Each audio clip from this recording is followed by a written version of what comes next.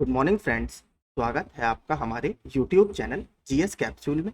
I hope आप सभी लोग अच्छे होंगे और आपकी तैयारी अच्छी चल रही होगी। फ्रेंड्स, आप सभी को पता है हम अपने इस चैनल के माध्यम से यूपीपीएससी और यूपी ट्रिपल एससी से संबंधित सभी परीक्षा अपडेट्स आपको समय से देते रहते हैं। तो अगर आप हमारे चैनल पर नए हैं तो प्लीज़ रेगुलर अपडेट्स के लिए इसे सब्सक्राइब कर लीजिए। फ्रेंड्स, आप सभी को पता है 1 से 2 दिन पहले अभी यूपी ट्रिपल एससी द्वारा पैट 2022 से 3831 पदों पर जूनियर असिस्टेंट और इसके अलावा कुछ सहायक ग्रेड 3 के कुछ पदों पर भर्तियां निकाली गई हैं, जो काफी बड़ी एक भर्ती है। तो आप लोगों के लगातार कमेंट्स आ रहे थे कि सर इसके कट ऑफ पर एक वीडियो बना दीजिए कि लगभग कितने मार्क्स हमारे पैट में होने चाहिए जो हमें मुख्य परीक्षा में बैठने का मौका मिलेगा। तो मैंने देखिए पूरी टेबल्स वगैरह बना दी हैं कि पैट 2022 में कितने मार्क्स पर कितना परसेंटाइल बन रहा था और अप्रॉक्सीमेट आपकी रैंक कितनी बन रही थी। तो उससे हमें एक बेहतर आइडिया हो जाएगा कि हाँ, लगभग अगर हमारे इस रेंज में नंबर है या इससे थोड़े से कम है तो हमें मुख्य परीक्षा देने का मौका मिलेगा। तो मैं आपके लिए पूरा दिखा देता हूं जो मैंने पूरा एनालिसिस किया है।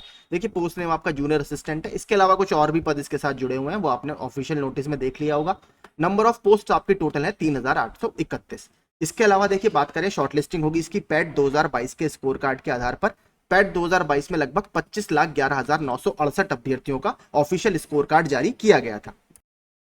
ठीक है, तो इसके आधार पर हम देखेंगे कि कितने आपके परसेंटाइल पर कितनी रैंक बन रही है, वो मैं आपको पूरा समझा भी दूंगा।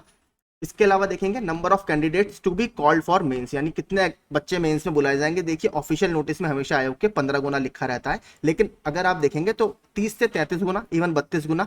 मैं किस आधार पर ये कह रहा हूं, अभी जो जूनियर असिस्टेंट पैट 2021 के आधार पर 1262 पदों पर शॉर्टलिस्टिंग हुई है, उसमें 41,037 बच्चों को शॉर्टलिस्ट किया गया है, जो लगभग कितना है आपका 32.5 गुना के आसपास है। आप यहाँ पर देख लीजिए, मैंने कैलकुलेट कर कर लगाया भी है। तो आप 30 से 32 गुना ये मान सकते हैं। देखिए, इसका कारण मैं आपको बता देता हूँ क्या होता है, क्यों इतने ज्यादा बच्चे आ जाते हैं। आयोग प्री में क्या करता है, स्पेशली जब मेंस परीक्षा के लिए शॉर्टलिस्ट करता है तो वो जनरल, ईडब्ल्यूएस और ओबीसी के कट ऑफ को बराबर लाता है।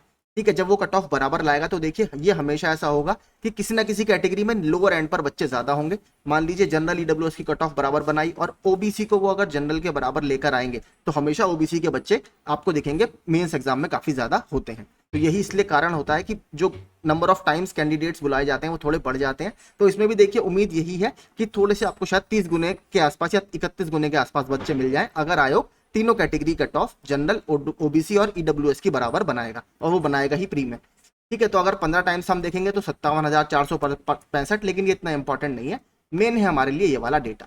30 टाइम्स अगर आयोग 30 गुने बच्चे बुलाता है तो लगभग 1,14,930 अभ्यर्थियों को आयोग मुख्य परीक्षा के लिए शॉर्टलिस्ट करेगा, और आगे का हमारा जितना भी पूरा एनालिसिस है वो इसी पर बेस्ड होगा कि आपके कितने मार्क्स आने चाहिए अलग अलग कैटेगरी के लिए जो आपको मुख्य परीक्षा देने का मौका मिले। ठीक है, तो ये पूरा एक बेसिस था। 1,14,930 हमें ये माइंड में रखना है। तो मैंने देखिए इसी के हिसाब से एक पूरी पैट की रैंक और परसेंटाइल का मैंने एक टेबल बना दिया है कि हमें 1,14,000 किस रैंक पर या किस परसेंटाइल के आसपास मिलेगा।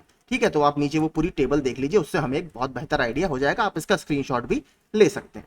ठीक है, यहाँ पर आप देखेंगे पहला जो है वो नॉर्मलाइज्ड स्कोर है, उसके बाद मैंने परसेंटाइल लिखा है, और इस परसेंटाइल पर आपकी 25,11,968 अभ्यर्थियों में कितनी रैंक बन रही है वो मैंने यहाँ पर लिखा है। डेटा हमें जो याद रखना है ऊपर आपको पता है, 1,14,930 अभ्यर्थियों का ये हमें फाइनली शॉर्टलिस्ट करने हैं। इससे थोड़े ज्यादा भी हो सकते हैं। ठीक है, तो अगर आप देखेंगे 71.283 पर जो परसेंटाइल बन रहा है वो 96.9149512 बन रहा है। इसमें आपकी 77,495 रैंक है। ये हमारे लिए इतना कोई फोकस नहीं है।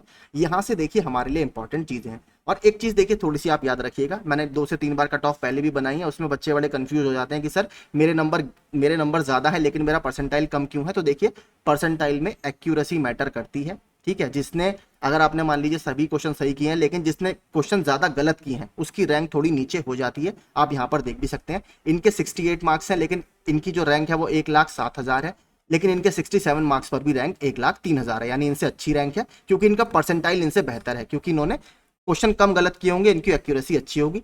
तो देखते हैं 67.19519 मार्क्स पर 95.86 परसेंटाइल बन रहा था और 1,03,000 रैंक इसमें आपकी बन रही है।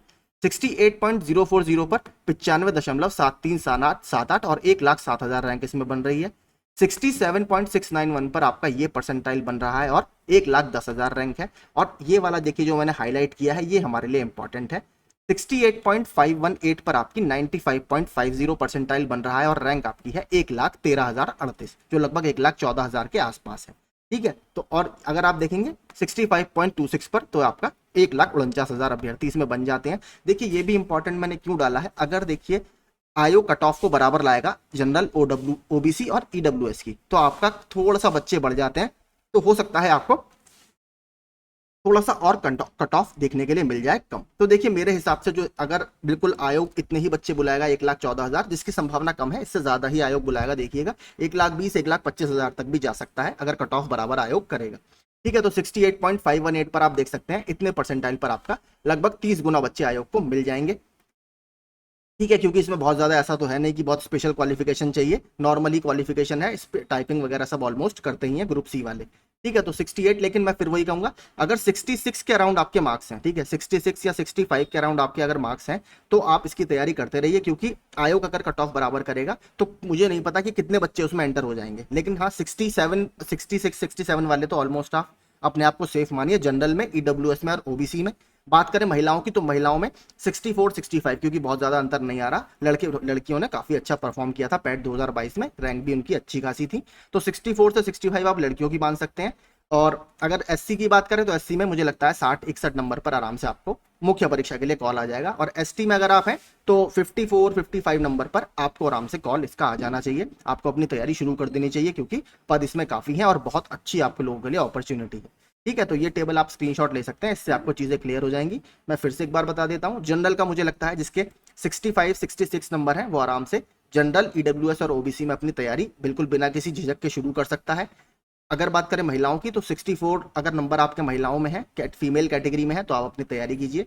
59 60 एससी में अगर आपके हैं तो आराम से आप तैयारी कर सकते हैं, और 55 54 55 नंबर अगर आपके एसटी में है तो आराम से आप तैयारी कर सकते हैं। एसटी की देखिए और कम भी जा सकती है, क्योंकि कभी कभी कैंडिडेट्स नहीं मिलते हैं, तो हो सकता है उनकी और भी कम चली जाए।